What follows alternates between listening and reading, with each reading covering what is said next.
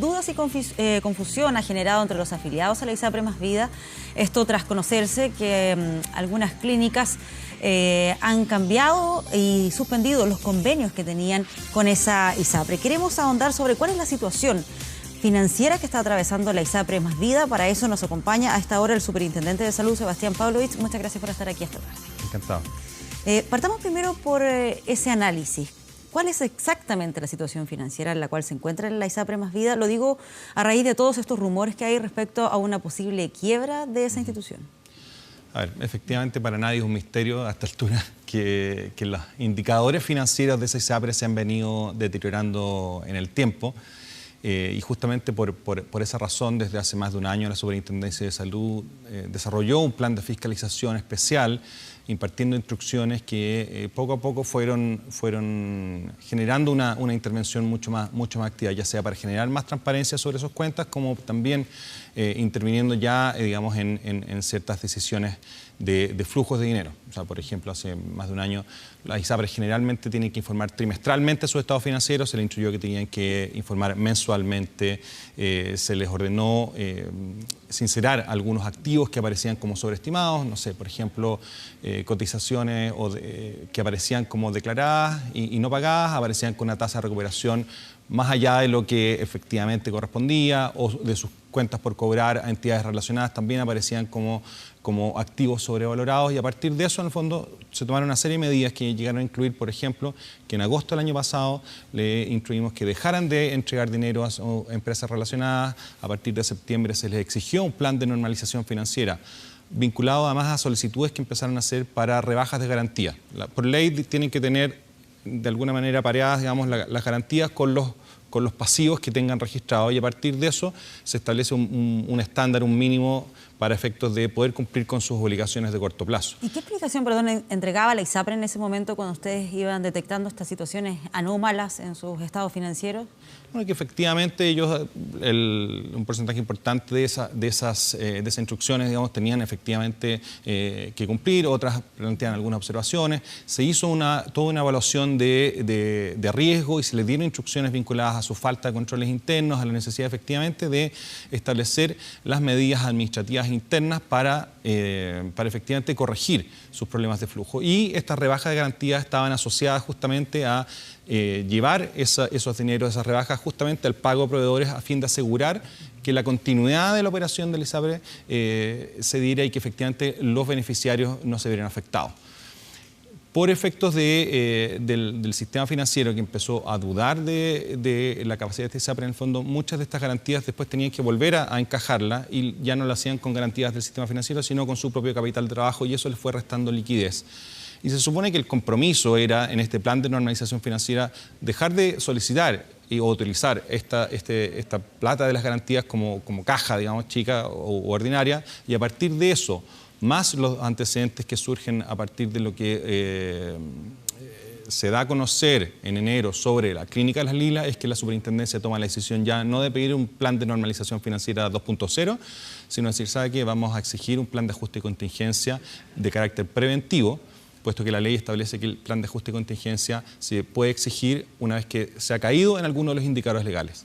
Este ISAPRE nunca ha caído de esos indicadores legales que no implican quiebra, pero que efectivamente activan una serie de mecanismos, pero atendido la información que obraba en poder de la Superintendencia, lo que informó la Clínica Las Lilas, se hacía necesario precaver justamente que llegáramos a una situación de incumplimiento de los estándares legales y de acelerar la toma de medidas drásticas que permitan efectivamente la continuidad de operaciones de esa ISAPRE, que tiene la envergadura como para hacerlo, en la medida que efectivamente tomen las medidas de control y de gestión adecuadas para ello. Sí, para cerrar este punto que tiene que ver con cómo llega la ISAPRE a tener esta situación financiera, ¿qué es lo que incide finalmente en aquello? Porque uno podría pensar que a lo mejor una ISAPRE es un negocio relativamente seguro, porque hay afiliados a los cuales se les va descontando mensualmente de su sueldo estas cotizaciones. Por lo tanto, ¿qué aspecto, qué elemento es el que incide en que llegue a esta situación?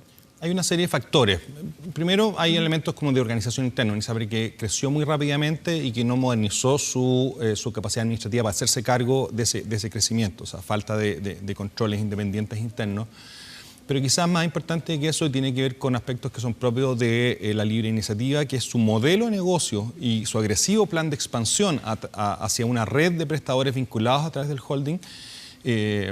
Efectivamente le fue generando, o por lo menos no tuvo los retornos esperados dentro de los tiempos que quizás ellos previeron. O sea, un plan de expansión estratégico del holding demasiado agresivo, sin la capacidad para tener los retornos que le permitieran justamente devolver ese capital de trabajo que sacaron de la ISAPRE. ¿Eso está vinculado con esto que se denomina integración vertical? Es decir, cuando la ISAPRE no se dedica solamente a ser ISAPRE, sino que tiene otro tipo de negocio, por ejemplo, clínicas. Sí, en algún sentido sí, tiene que ver con la falta de regulaciones que hay cuando ISAPRE y prestador pertenecen a un mismo holding. Eso quiere decir que también es un tema que a lo mejor se debiera analizar en el sentido de establecer ciertas regulaciones. Ha estado otras veces en el centro del debate si es lo más adecuado que exista esto de la integración vertical, es decir, que la ISAPRE no sea solamente ISAPRE. Sí, yo creo que sin duda la actual situación de ISAPRE Más Vía, y una vez que logremos que se vaya normalizando, plantea un desafío, es decir, en el fondo, ¿por qué el marco normativo, digamos, eventualmente hubiera tenido indicadores, por ejemplo, más exigentes, cosas que hubieran permitido a la superintendencia actuar de manera más preventiva mucho antes? Hay una serie de elementos que, por ejemplo, determinen cuáles son las relaciones o hasta cuándo pueden efectivamente vincularse o endeudarse las entidades relacionadas con ISAPRE. Hay una serie de factores que también del marco regulatorio que eventualmente también habría que revisar. Ahora, entonces está a la espera de este plan de ajuste que debiera presentar la ISAPRE Más Vida y que tiene plazo hasta mañana. Entiendo que ellos también habían presentado un recurso para ahí impedir entregar este plan de ajuste. Si esto no se concreta, si efectivamente ellos logran y resulta efectivo para ellos interponer ese recurso, ¿cuál es el riesgo real de que esta ISAPRE termine en una quiebra o que finalmente desaparezca Más Vida? Ahora, ellos tienen que cumplir.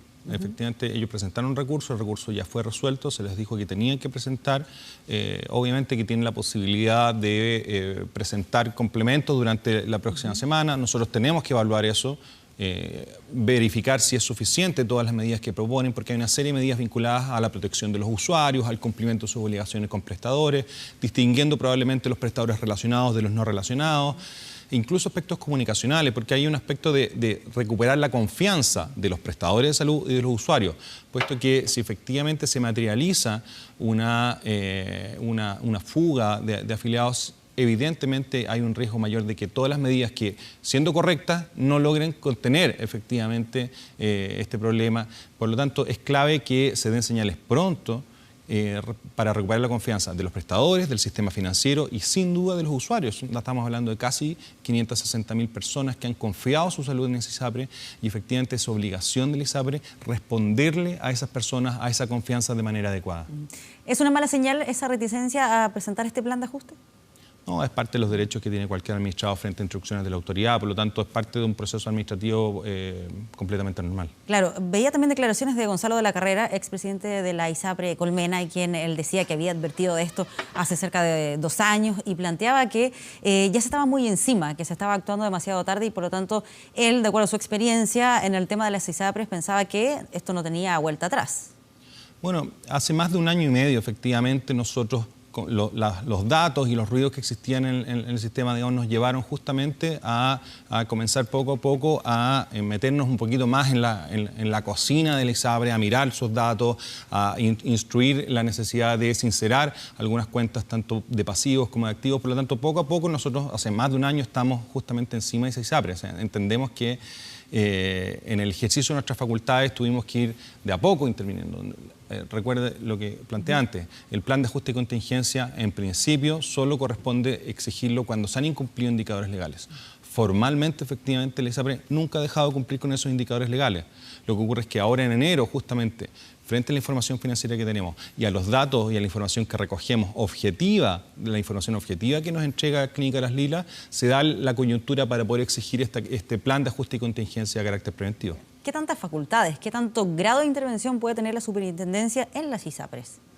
Bueno, nosotros, la ley no nos faculta para cuestionar su modelo de negocio, si tiene muchas o pocas utilidades, si efectivamente hay aspectos que parte de sus planes que puedan ir a pérdida versus otros planes respecto de los cuales tienen utilidad. El modelo de negocio, la ley se los permite a ellos. Nosotros, o sea, si hay decisiones de riesgo que ustedes adviertan, no pueden intervenir en eso. Nos corresponde regular fundamentalmente o vigilar es que cumplan con la normativa, cumplan con los indicadores legales y financieros, que nos entreguen la información que nosotros les solicitamos y que cumplan con sus obligaciones con los usuarios. Ni siquiera nos corresponde verificar que cumplan con sus obligaciones con los prestadores. Lo que pasa es que eso termina siendo relevante si eso termina afectando a los usuarios.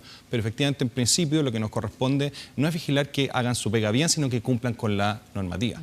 Ahora, hay clínicas que ya suspendieron sus convenios con la ISAPRE Más Vida, es decir, la gente que se atienda en esas clínicas tiene que ir y pagar completamente y después pedir el reembolso en las ISAPRES. Ese es el efecto más práctico.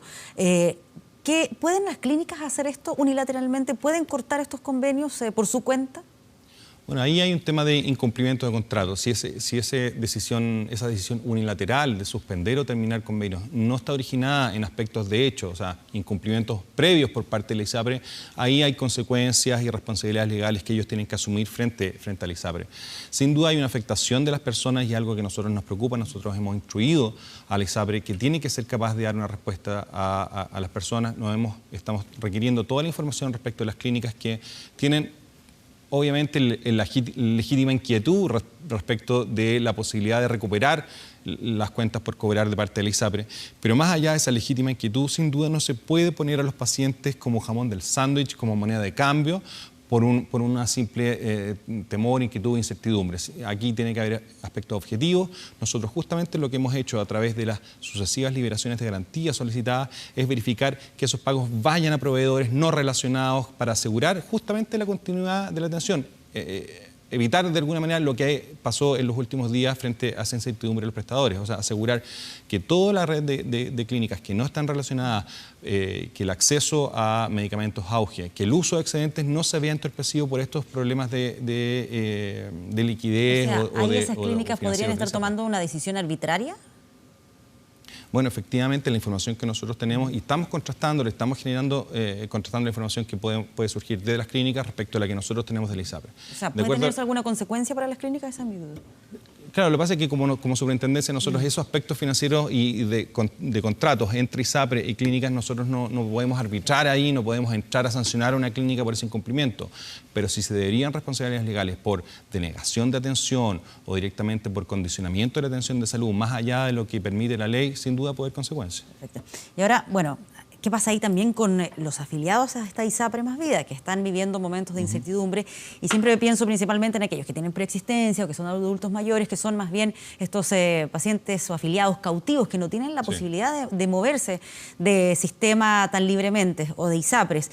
De acuerdo a la normativa actual, suponiendo que una ISAPRE desaparezca, se vaya a la quiebra, ¿hay algo que los proteja en el sentido de poder seguir en el sistema privado, seguir en una ISAPRE y con un plan similar al que estaban pagando hasta ahora? Sí. Falta paño por cortar para llegar a esa situación. Sin prejuicio del lugar, obviamente hay que hacerse cargo de la inquietud. Más generales. No, claro, si una ISAPRE llega a desaparecer. La ley contempla la posibilidad de cesión de cartera por parte de la ISAPRE, como también la posibilidad de licitar. O sea, la superintendencia puede armar paquetes de licitación, porque obviamente licitar la cartera completa, ninguna ISAPRE probablemente, aunque quiera, va a hacerse cargo de 560.000 personas de golpe. Por lo tanto, implica el desafío de armar paquetes de cartera justamente y permitir que las ISAPRES en el fondo compitan por ello. En ese escenario, en el fondo, en estos paquetes de la cartera van a incluir personas tanto con preexistencia como sin preexistencia y por lo tanto las ISAPRES en ese escenario no pueden exigir la declaración de salud y lo que establece la ley es que tienen que ofrecer planes de salud de acuerdo a los que tengan ellos vigentes al precio similar al que hoy día están las personas pagando, ya sea por cotización legal o por cotización legal más cotización voluntaria. O sea, pero de acuerdo a ese sistema o ese modelo, ¿cómo se evita que finalmente las otras ISAPRES empiecen a filtrar o a discriminar y a decir, bueno, este paciente sí y este no? En escenario de licitación de cartera, la superintendencia arma un paquete completo y por lo tanto ahí incluye, la ISAPRE evalúa el riesgo general de ese paquete y no individual, que es lo que puede hacer según las reglas generales y que puede hacer hoy día, que es lo que puede pasar hoy día con el desgrane del choclo. Si se quiere. O sea, efectivamente, en esta cacería en la que se ha denunciado que han salido algunos agentes de venta, justamente ahí la ISAPRE se aplican reglas generales y pueden hacer esa evaluación de riesgo. Y ahí en ese sentido la recomendación a las personas es que sean muy prudentes, que exijan toda la información, que exijan que toda esa información y toda la orientación que se les da conste por escrito, que efectivamente tengan mucho cuidado frente a orientaciones que le indiquen, por ejemplo, omitir una preexistencia, puesto que tomar una decisión apresurada en este caso puede exponerlas a tener después coberturas inferiores a las que tiene hoy día o eventualmente conflictos por terminaciones de contrato por preexistencias no declaradas. Entonces, en ese sentido, la recomendación a las personas es ser muy prudentes al momento de tomar una decisión. Yo no los puedo llamar ni a quedarse ni a salir de la ISAPRE, simplemente lo que llamo al menos es a obtener y a requerir toda la información y efectivamente, en primer lugar de su ISAPRE. Efectivamente, la ISAPRE tiene una obligación de informar adecuadamente a sus afiliados, a sus socios, a sus médicos accionistas, justamente para transparentar su situación e informar adecuadamente y prontamente además los pasos que va a dar, las acciones que va a tomar para recuperar la confianza de sus accionistas, de los prestadores de salud y sin duda de los usuarios. Sí, ahora, estoy pensando especialmente en aquellas personas que a lo mejor están enfrentando en estos momentos una enfermedad o mujeres que están embarazadas y que ven con cierto temor lo que está pasando con la ISAPRE Más Vida. En el corto plazo, ¿no debieran sufrir ellos ningún tipo de modificación o consecuencia a raíz de esta situación financiera compleja que atraviesa Más Vida?